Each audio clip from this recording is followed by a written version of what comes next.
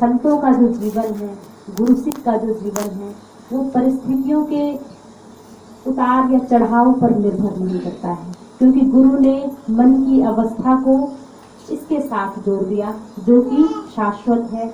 इसमें कोई परिवर्तन नहीं, इसमें कोई कंपन नहीं, इसमें कोई विचलन भी नहीं, जैसे हमारे मन के विकारों में आ जाता है।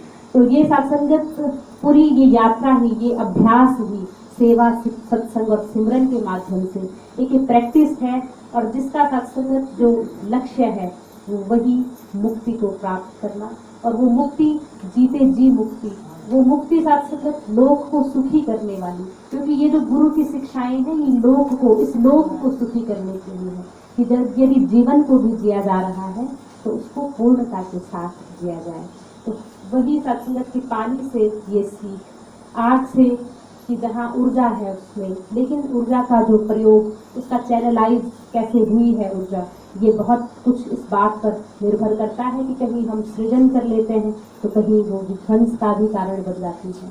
वही सृजन के लिए सत्संगत तो हमने चंद्रयान जो भेजा है तो वो मनुष्य की बौद्धिक क्षमता का ही प्रमाण है। तो ये सत्संगत क्योंकि चैनलाइजेशन जो हुआ है ऊर्जा का वो सही दिशा में हुआ है।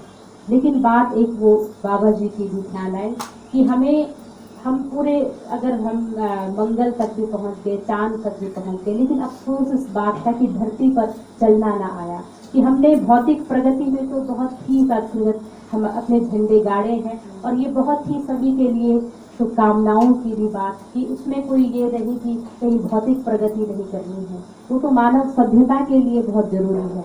लेकिन वही बात कि हम आध्यात्मिक प्रगति में कहाँ तक पहुंचे हैं, कहीं आध्यात्मिक जो हमारी यात्रा है वो शुरू हुई भी है या नहीं हुई है।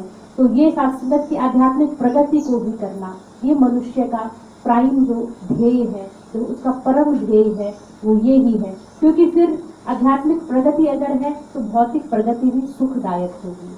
अगर नहीं है तो एक जो चाकू है उसी का प्रयोग हम सब्जी काटने के लिए भी कर सकते हैं और उसके हिंसा के लिए भी किया जा सकता है।